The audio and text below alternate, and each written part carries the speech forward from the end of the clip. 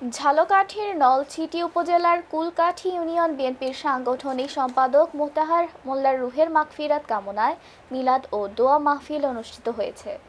মঙ্গলবার 24 মার্চ বাদ মাগরিব উপজেলার 5 নম্বর ওয়ার্ড দেলদুয়ার স্কুল মাঠে এ দোয়া মাহফিলের আয়োজন করা হয়। কুলকাঠি ইউনিয়নের স্বেচ্ছাসেবক দলের যুগ্ম আহ্বায়ক রফিকুল ইসলামের সভাপতিত্বে এতে প্রধান অতিথি হিসেবে উপস্থিত ছিলেন ঝালকাঠি জেলা বিএনপির আহ্বায়ক অ্যাডভোকেট সৈয়দ হোসেন রুবেল হাওলাদারের সঞ্চালনায় দোয়া মাহফিলে অন্যান্যের মধ্যে উপস্থিত ছিলেন উপজেলা স্বেচ্ছাসেবক দলের আহ্বায়ক তৌহিদুল আলম মান্না, পৌর স্বেচ্ছাসেবক দল নেতা রাসেল আহমেদ, ইউনিয়ন বিএনপির সভাপতি জুলফিকার আলী বিশ্বাস ও সাধারণ সম্পাদক খোকন মাঝি, কুলকাঠি ইউনিয়নের সাবেক চেয়ারম্যান ও বিএনপির সাবেক সভাপতি রফিকুল ইসলাম মোল্লা, কলেজ ছাত্রদলের সাবেক আহ্বায়ক রাকিব গাজী, ইউনিয়ন যুবদলের সভাপতি আব্দুল মাজিদ তালুকদার, যুবদল নেতা বশির খলিফা সহ বিএনপি ও বিভিন্ন অঙ্গ সংগঠনের জেলা ও উপজেলা নেতৃবৃন্দ। যে আমি শুনেছি তিনি অত্যন্ত একজন ভালো লোক ছিলেন, তার সাথে আমার অল্প কয়েকবারই দেখা হয়েছে। এবং আরো একটি কারণেই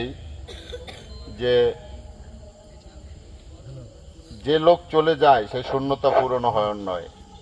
তো আমার কাছে অনেকদিন বলছিল খুলনায় যে নির্যাতিত হয়েছিল সেই দল করিয়া, এবং সে খুলনায় একদিন মাইর খাইছে সে কথাও আমার কাছে বলছিল। তো আমি তখন ইউনিয়ন সভাপতি ছিলাম, তাহাকে সদস্য হিসাবে গ্রহণ করছিলাম।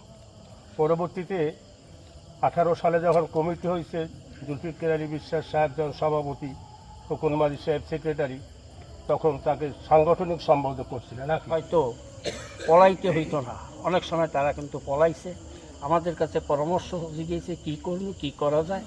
আমরা সবসময় বলছি সহ্য করেন, একটু ধৈর্য ধরেন, সব কিছুই হবে। এই মোতাহার আলী মোল্লা সাহেব